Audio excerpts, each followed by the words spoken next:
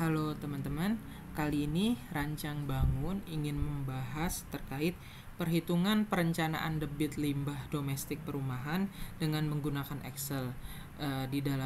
Di sini termasuk ke dalam analisa perhitungan debit banjir part 6. Yang jika misalkan kita lihat di playlistnya,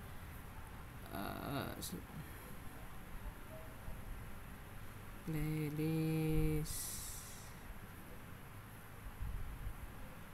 Nah, ini dia. Nah, di sini termasuk ke part 6, yang terakhir itu adalah part 5 terkait perencanaan kolam retensi atau polder. Oke, balik lagi. Sebelum memulai ke perencanaannya, semoga teman-teman bisa support Rancang Bangun ya dengan like, subscribe, komentar di videonya, dan juga mungkin bisa melakukan sharing dan juga di follow Instagram dan media sosial lain dari Rancang Bangun seperti TikTok, Facebook, X dan lain-lain. Dan juga jika teman-teman ingin berdonasi bisa dilakukan di aplikasi Traktir. Sebelumnya disclaimer sebelum pembahasan. Oke, jadi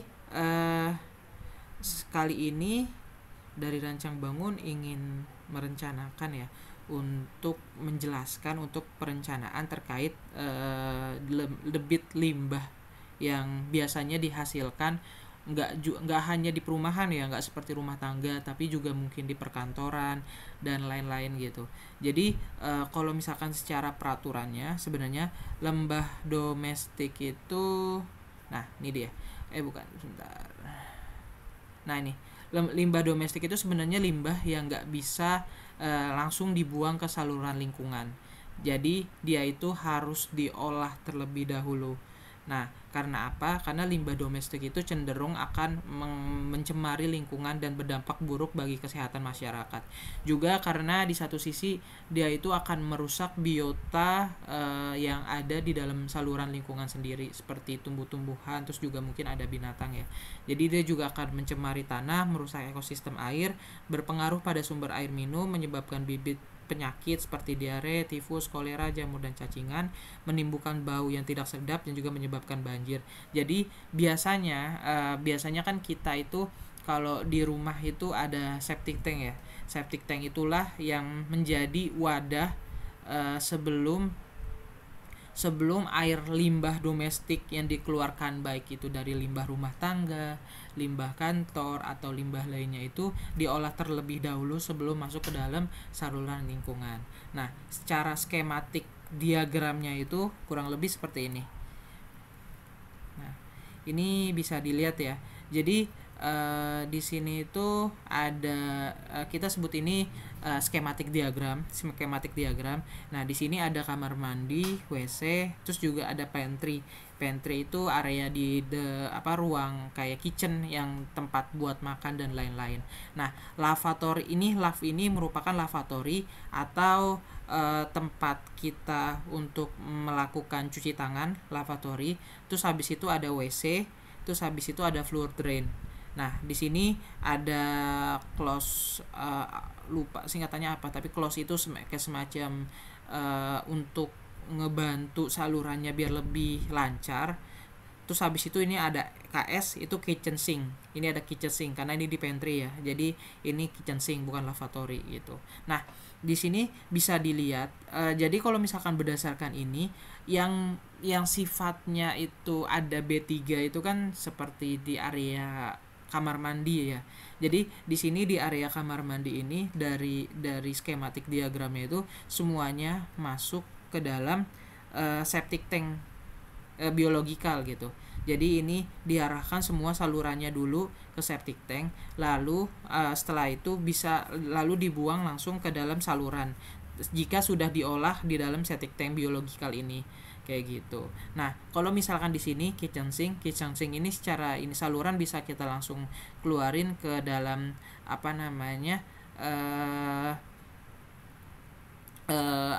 langsung ke drainage gitu, karena dia nggak terlalu secara limbah B3-nya nggak terlalu besar. Juga baik itu lavatory, karena lavatory kan sifatnya hanya kita cuci tangan ya, cuci tangan. Nah itu secara limbahnya itu juga nggak terlalu ini, jadi bisa langsung kebuang ke dalam ke saluran drainage drainage lingkungan tanpa dilakukan pengolahan terlebih dahulu. Nah di sini case-nya adalah di sini ada perumahan di mana di dalamnya ada beberapa, kita nyebutnya blok ya. Ada blok 1, blok 2, blok 3, blok 4, blok 5 dan blok 6. Di mana di sini ada beberapa rumah yang kita coba lakukan analisa terhadap hasil debit domestiknya, limbah domestiknya yang dihasilkan dari masing-masing blok terhadap perumahan tersebut gitu. Jadi di sini diasumsikan di blok 1 itu ada 16 rumah, 15 rumah, blok 3 itu 19, 20, blok 5 ada 22 rumah, blok 6 ada 14 rumah. Dan satu rumah itu diisi oleh 4 orang. Jadi istilahnya kayak keluarga berencana aja ya. Ada ayah, ibu, anaknya 2 kayak gitu. Di sini diasumsikan seperti ini. Jadi kalau misalkan secara peraturan itu berdasarkan Peraturan Menteri Lingkungan Hidup dan Kehutanan Republik Indonesia nomornya itu P68 Men LHK Setjen 2016 tentang baku mutu air limbah domestik. Nah, di sini ada dari peraturan tersebut disampaikan bahwa jadi debit yang dihasilkan secara rata-rata setiap harinya itu, debitnya itu secara liter orang per harinya itu kurang lebih 100 liter. 100 liter yang dihasilkan debit limbah domestiknya. Walaupun secara peraturan ada lagi yang menyatakan bahwa nilainya itu sekitar 70-80% dari air bersih, kebutuhan air bersih. Kalau di beberapa referensi kan 120 liter ya air bersih ya, kebutuhan air bersih. Nah, itu kira-kira kalau misalkan dari sini mungkin sekitar 80%-nya untuk kita dapat 80% dari yang ini yang hasilnya itu limbah domestiknya gitu. Nah, di perhitungan ini jadi kita coba masukkan ke dalam, kita hitung. Nah, di mana ini kan liter ya, liter itu kan persamaannya itu desimeter kubik, sedangkan kita butuhkan itu untuk dalam perhitungan debit itu kan biasanya bentuknya itu meter kubik ya, meter kubik. Jadi di sini kita kalikan 1000, kita bagi 1000 untuk dia naik dari desimeter kubik ke meter kubik. Jadi liter sama dengan desimeter kubik itu kan, terus dari desimeter kubik ke meter kubik itu dibagi 1000 gitu. Nah, di sini dapat nih meter kubik per orang per hari. Nah, selain meter kubik satuan debit, biasanya kan debit itu kan rumusnya Q sama dengan meter kubik per detik ya. Meter kubik per detik. Nah, jadi dari hasil 0,1 ini dengan satuan meter kubik orang per hari, kita jadikan satuannya itu dalam bentuk detik. Jadi kita kalikan 24 jam dikali menit hingga kita dapatkan hasil detik. Jadi kayak 24 dikali 60, 24 jam dikali 60 menit dikali 62 detik gitu, 86.400. Ini misalkan kita bagi ya. Nah, hasilnya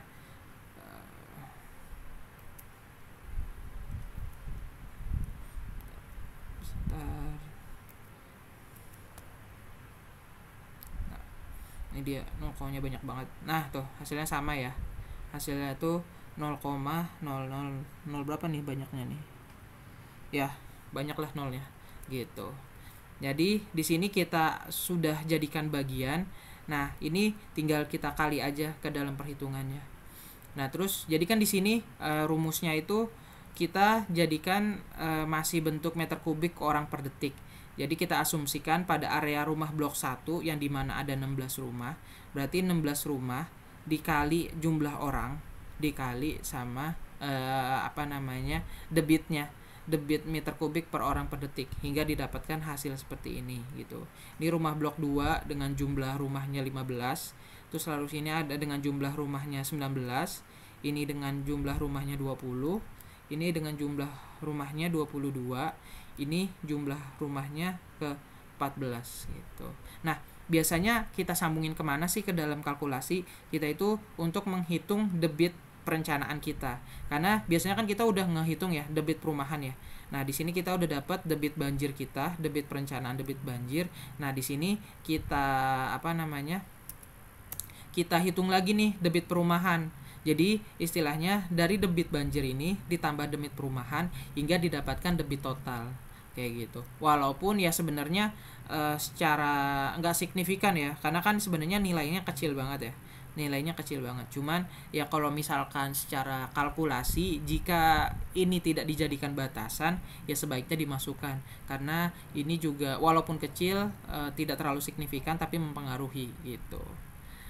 Ya kurang lebih demikian, hingga nantinya kita dapetin salurannya ya, salurannya kita dapatkan, nanti kita bandingkan apakah saluran itu masih oke, apakah debit saluran saluran ini dapat menampung dari debit total di mana penjumlahan terhadap debit banjir dan debit perumahan gitu. Kurang lebih demikian untuk analisa terkait limbah domestik, perhitungan debit limbah domestik untuk case-nya di sini adalah perumahan. Terima kasih sudah sudah mendengarkan ya terkait penjelasannya. Jika berkenan untuk dapat like, share, dan subscribe dari channel Rancang Bangun, dan juga untuk di follow Instagramnya dan sosial media lainnya. Dan apabila teman-teman ingin berdonasi kepada Rancang Bangun bisa dilakukan ke aplikasi Traktir. Terima kasih, sekian. Oh iya, jika mungkin ada teman-teman yang ingin bertanya lebih lanjut atau mungkin mau request pembahasan terkait apa, bisa disampaikan di kolom komentar ya, atau juga disampaikan di kontak email atau kontak di dalam kolom deskripsi. Terima kasih.